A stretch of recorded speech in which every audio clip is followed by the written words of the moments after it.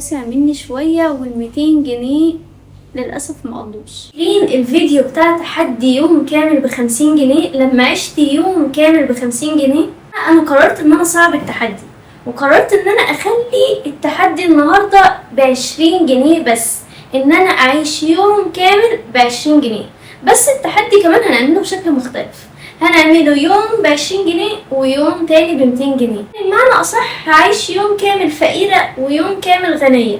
مش غنية قوي يعني، بس 200 جنيه مقارنة بال20 جنيه ولا حاجة يا جماعة. انتوا متخيلين ان احنا نعيش في الايام دي او في الزمن اللي احنا فيه ده ب20 جنيه في اليوم؟ ال20 جنيه دي تقريبا اصلا ما تجيبش فطار. بس انا قررت ان انا اصعبها على نفسي شوية واخلي التحدي فيه صعوبة اكتر، ان انا ازاي اقدر اعيش يوم ب20 جنيه فطار وغدا وعشاء. لا هو مش هينفع يعني، احنا ممكن ننام من غير عشاء، ممكن نلغي وجبة العشاء خالص او نلغي وجبة الفطار.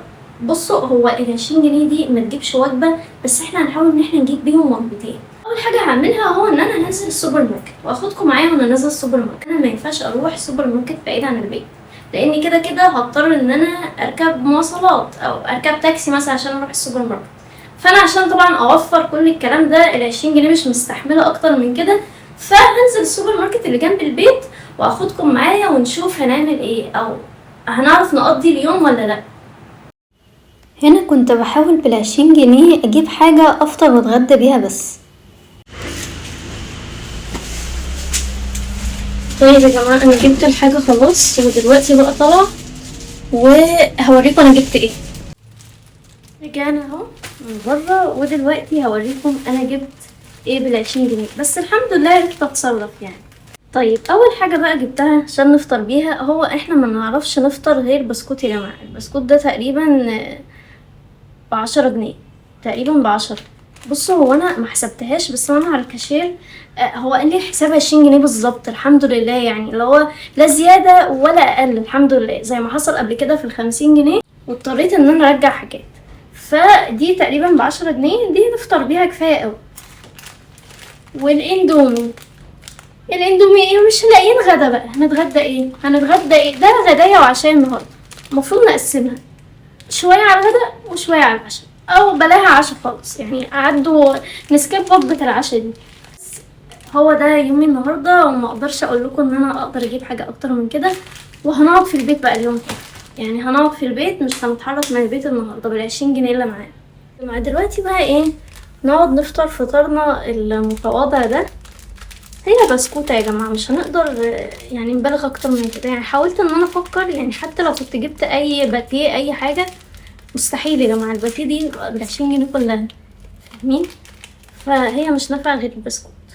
عايزة اقول لكم بجد يا جماعة ان فكرة ان احنا نعيش يوم كامل يعني بطريقة محدودة قوي زي اللي احنا عايشينه ده النهاردة، هي فكرة موفرة جدا يعني. هي حاجة موفرة، بس ده بالنسبة لشخص نفسي مستحملة اليوم بالعافية، بان انا متأيدة قوي ومش حرة، مش عارفة اصرف، مش عارفة اعمل حاجة. وانا مش بعمل التحدي ده اللي هو التصوير وبس يعني. في ناس ممكن تفكر ان انا عامله التحدي ده بس للتصوير، لا انا حقيقه انا بعيش اليوم علشان انقل لكم انا فعلا عشت اليوم ازاي. احنا هنتغدى يعني المفروض، ف انا ما عنديش مشكله ان اكل كيس الاندومي كله، والعشاء مفيش عشاء بقى يا جماعه، لا معلش. هي 20 جنيه هنتعشى ازاي يعني؟ بعقلكم كده هنتعشى ازاي؟ احنا جبنا فطار وغدانا بالعافيه، فدلوقتي المفروض ان احنا نتغدى، وده يكون يومنا اللي كان بال20 جنيه.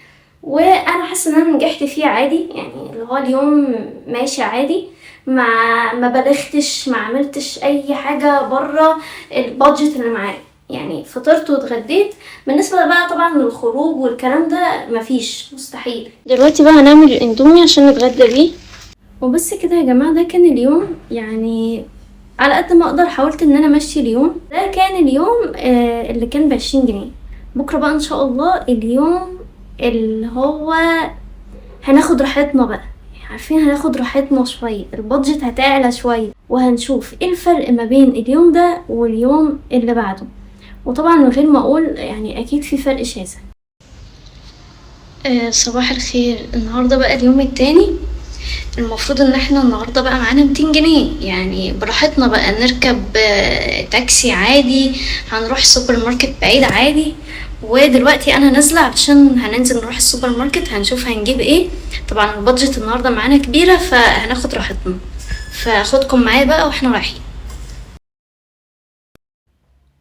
هنا بقى كنت بدور على حاجة الأول نفطر بيها، وبعد كده جبت كل الحاجات دي. يا ربنا يستر بس وتطلع ب200. أنا عايزة أقول لكم إن الموضوع وسع مني شوية، وال200 جنيه للأسف مقضوش. أو أنا لما رحت على الكاشير لقيت الحساب 209، يعني كان في زيادة 9 جنيه. بقى أنا جبت إيه؟ للغدا جبت علبة تونة عادي، وجبت سباكيتي بحيث ان احنا ممكن نعمل على الغدا تونة بالسباكيتي. جبت شوية حاجات تافهة كده زي المارشميلو ده والاتنين بسكوت ده، واضح ان انا خدت راحتي على الاخر. جبت كيس السكر ده، البيت ما كانش فيه سكر فاضطريت ان انا اجيبه.